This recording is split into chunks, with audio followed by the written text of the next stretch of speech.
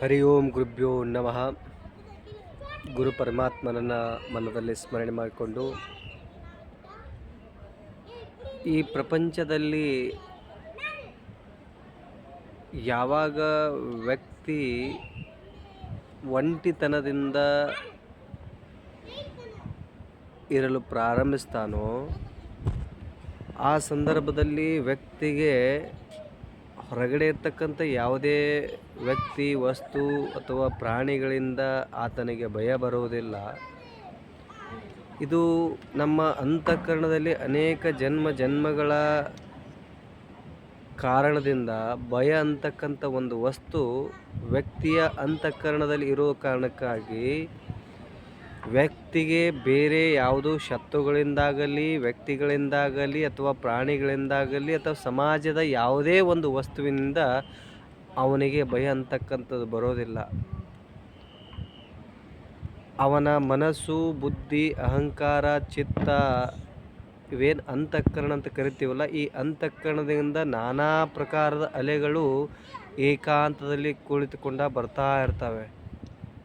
ಅದಕ್ಕಾಗಿಯೇ ಯಾಕೆಂದರೆ ಅನೇಕ ಜನ್ಮಗಳಿಂದ ಈ ಸಂಸ್ಕಾರ, ಈ ಬುದ್ಧಿಯಲ್ಲಿ ಅಥವಾ ಮನಸ್ಸಿನಲ್ಲಿ, ಚಿತ್ತದಲ್ಲಿ, ಅಹಂಕಾರದಲ್ಲಿ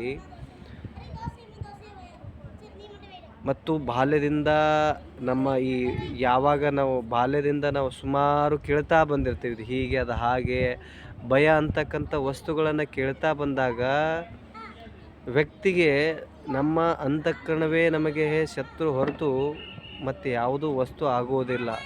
ಹಾಗಾಗಿಯೇ ಶ್ರೀಮದ್ ಭಗವದ್ಗೀತೆಯಲ್ಲಿ ಶ್ರೀಕೃಷ್ಣ ಭಗವಾನರು ಹೇಳಿದ್ದಾರೆ, ಯಾವಾಗ ನಿನ್ನ ಸಮಸ್ತ ಇಂದ್ರಿಯಗಳು, ನಿನ್ನ ಸಮಸ್ತ ಪಂಚಜ್ಞಾನೇಂದ್ರಿಯ, ಪಂಚಕರ್ಮೇಂದ್ರಿಯ, ಅಂತಃಕರಣ ನಿನಗೆ ಸಹಾಯ ಮಾಡ್ತೋ, ನೀನು ಯಾವಾಗ ಸಾಧನೆ ಮಾಡಿ ಹೊರಟಾಗ ಅದು ನಿನಗೆ ಸಪೋರ್ಟ್ ಮಾಡ್ತೋ, ಅದೆಲ್ಲ ನಿನಗೆ ಮಿತ್ರ ಅಂತ ಅರ್ಥ.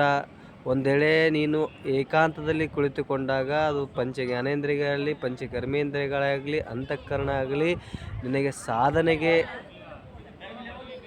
ಕರೆದೊಯ್ಯದೆ ಭಯವನ್ನು ಪಡಿಸ್ತಾ ಇದೆಯಲ್ಲ, ಅಂತಹ ಪರಿಸ್ಥಿತಿಗೆ ನಾವು ಶತ್ರು ಅಂತ ಕರಿತೀವಿ.